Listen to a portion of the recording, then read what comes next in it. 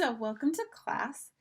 Now, Wednesday we talked about the American Revolution and the French Revolution. Um, and we're going to talk today about another revolution that was happening very much at the same time and comes on the heels of the French Revolution. We're going to be talking about the Haitian Revolution. Now, the Haitian Revolution was the largest and most successful slave rebellion in the Western Hemisphere. Okay, we had slave rebellions prior to this. We've got Spartacus in Rome, and we see it throughout history. However, none of them were really successful, whereas the one in Haiti was and becomes a revolution. It's influenced by the new concepts of human rights, universal citizenship, and participation in the government from the French revolutions. Slaves led by Toussaint Louverture initiated the rebellion in 1791, and by 1803 they had succeeded in ending not just slavery, but also French control of the colony.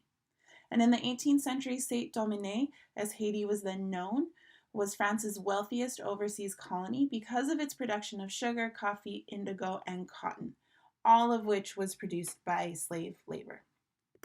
All right, so Haiti shares an island with the Dominican Republic, and it still does today, but then it started as a Spanish colony. It is then taken over by the French, okay? And it's a French colony similar to how England had the 13 colonies that became the United States up in North America. In Haiti, there were a lot of social classes due to the influence of Europeans, indigenous peoples, slaves, and the relationships between them. So not only are there people from outside the country, there's people within it, and then they intermarry, they just have relationships, and you get lots of people with mixed ethnicity, which creates this very, very complicated social class, right? Are you part slave? Are you part African? Are you part Haitian? Are you part Spanish? Are you part French? All of this plays in and affects the social class of the area. On top of that, we get these ideas of enlightenment, right? Like we saw it in the United States, we see it in France, this idea of human liberty or personal rights. What freedoms do you have just by being human? And they start to affect Latin America and really lead us into this revolution. And I'm going to show you guys a quick video clip that's going to explain a little bit more about Haiti at this time and about Toussaint Louverture, who leads the rebellion. Toussaint Louverture was a very determined man. He was a very ambitious man. And in my opinion, he was a genius. Toussaint is, I think, one of the most incredible figures that I know about in many ways. He's born on a plantation in Saint-Domingue. He grows up on that plantation. That plantation was owned by a man who was tolerant for the times. Toussaint was taught to read and write as a child. He eventually occupies a somewhat privileged role, if you can say that, on a plantation as a coachman and has a kind of relationship with the managers and masters in some ways. He becomes free in the 1770s, so he's somebody who kind of occupied different roles in society. And I think that's the key for understanding Toussaint, is that he saw possibilities where other people didn't. He had businesses, had contacts in the US and elsewhere, bank accounts, managed his affairs pretty well. The man was endless in organizational capacity. I mean, he would have been a fantastic CEO today.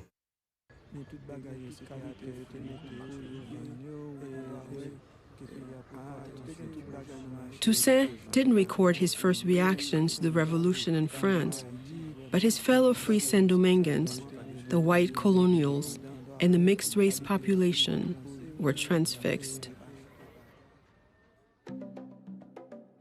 In 1789, there were about 40,000 white people and about 30,000 colored people who were, of course, their sons and cousins and so on and so forth, who were landowners themselves, many of them, slave owners themselves, many of them, very effective businessmen, many of them, involved romantically with the white master class. One of the things that's important to remember about Haiti and race is it wasn't simply black and white. Instead, you had numerous gradations of color. One historian went so far as to give 110 categories of color from absolute black to absolute white. And to each combination, he gave a name: mulatto, quadroon, Mamaluke. And what he was accounting for was the drops of black blood. Whites hoped for more control over the colony's governance, but the colony's mixed-race population hoped for more fundamental changes. They had been born free, but not equal. They had to show physical respect for the white. Stand up when they are in presence of a white, call them Mr. or whatever title they wanted to have. It was not easy for them, and that's exactly why they were the first one, before the blacks, they were the first one to ask for equality. The mixed-race population of Saint-Domingue decided their chance had come in 1791. They sent a petition to France's new government asking for the rights of citizenship. This is a powerful message to have been taking place in a society that was explicitly organized on inequality. It's like dynamite. The petition asked for civil protections, and it enraged the island's white population. Working-class colonists began a full-scale intimidation campaign. They threatened, beat, and murdered mixed-race residents in the capital.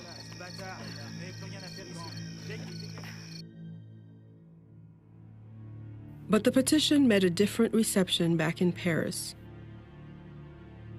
The new breed of delegates in the National Assembly issued a landmark decree. They extended equal rights to the small population of mixed-race people born of two free parents.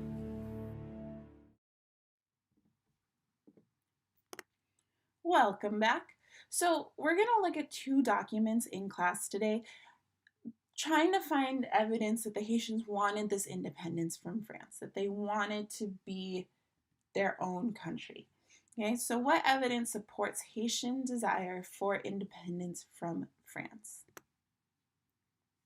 Now, document A is a proclamation widely dispersed to the inhabitants of Saint-Domingue from the French First Consul Napoleon Bonaparte and the French Secretary of State on November 8th, 1801. So Napoleon is part of this. You guys hopefully looked at him yesterday. So yes, Napoleon, here we go. In his letter, he says, inhabitants of Saint-Domingue. And I say that because that's what the video says. If I was just reading this myself, I would say Saint Domingo, but from everything I saw, that it was more referred to as Saint-Domingue. But he says, whatever your origin or your color, you are all French. You are all equal and all free before God and before the Republic. France, like Saint-Domingue, has been a prey to factions, torn by intestine commotions and foreign wars. But all has changed. All nations have embraced the French and have sworn to them peace and amity. The French people have embraced each other and have sworn to be all friends and brothers. Come also, embrace the French, and rejoice to see again your European friends and brothers. Whoever shall dare to separate himself from the Captain General will be a traitor to his country, and the indignation of the country will devour him as the fire devours your dried canes. Now he's referring to sugar cane there. So what evidence do we see here that the Haitians want independence from France? There's a lot of things that you might be able to underline, right? A couple of things that I thought pointed to this were the line where he says, embrace the French and rejoice to see again your European friends and brothers. So to me, this is saying, embrace them, welcome them back in, see them again. You've separated yourself. Okay, you've pushed yourself away, or you've pushed the French away and are no longer wanting to be part of that, which to me indicates they wanted independence. And then I would also say, whoever shall dare to separate himself from the captain general will be a traitor to his country. And again, Napoleon is warning, if you separate, you are a traitor. So to me, that's saying, hey, lots of people are separating or talking about separating from France. Okay, the next document we're going to look at is written by Toussaint. Okay, so it's an excerpt from a letter to a Haitian general by the Haitian revolutionary leader Toussaint Louverture on February 9th, 1802. And we're doing the same thing. We're looking for evidence that the Haitians oppose French rule. And he says, "My dear general, the whites have resolved to destroy our liberty and have therefore brought force The whites have resolved to destroy our liberty and have therefore brought a force commensurate to their intentions. Distrust the whites. They will betray you if they can. Their desire, evidently manifested, is the restoration of slavery.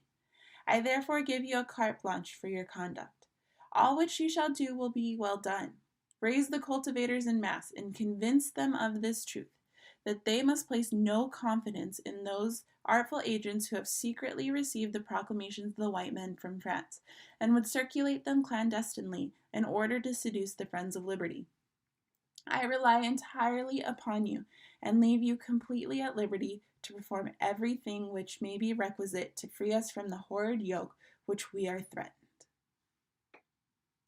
Okay, so there's lots of evidence here that they dislike the French, but we want specifically evidence that shows that they want independence from France. Okay, so initially I was drawn to the line that says distrust the whites, right? They don't like them, but that's not really talking about freedom from France. So the ones that seem the most to support that the Haitians wanted freedom from France, I have the whites have resolved to destroy our liberty. Okay, so liberty usually refers to freedom, and this is saying that the French want to get rid of that. They want to destroy that. And then I also said along the same lines, leave you completely at liberty to perform everything which may be requisite to free us from the horrid yoke which we are threatened. So a yoke is like what you put on oxen when they pull a cart. So this is saying, that weight of how they're going to trap us, force us to work, pull the cart that is French rule. Do whatever you can to free us from that. So that's saying, obviously straight there, they want freedom.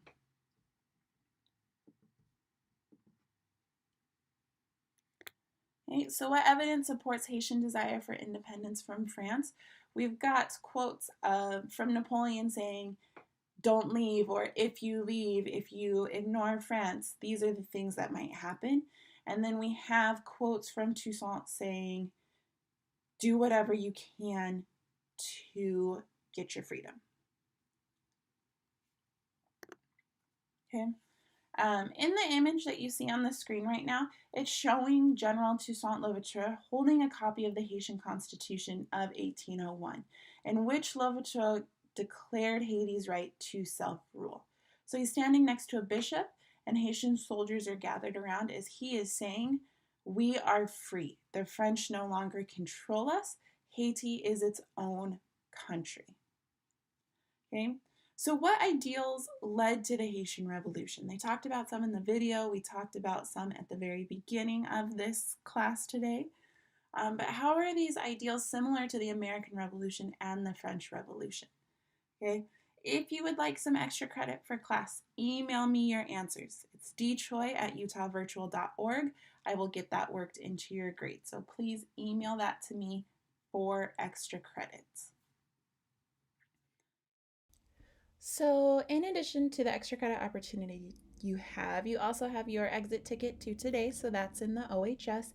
And then we are starting to look at the Industrial Revolution. So there's 3.02 quiz there as well. And then due tomorrow is our 3.06 quiz, Taking Action. If you have any questions, please don't hesitate to reach out. Let me know. I am happy to help. But that is all I have for you today. So I hope you have a great rest of your day.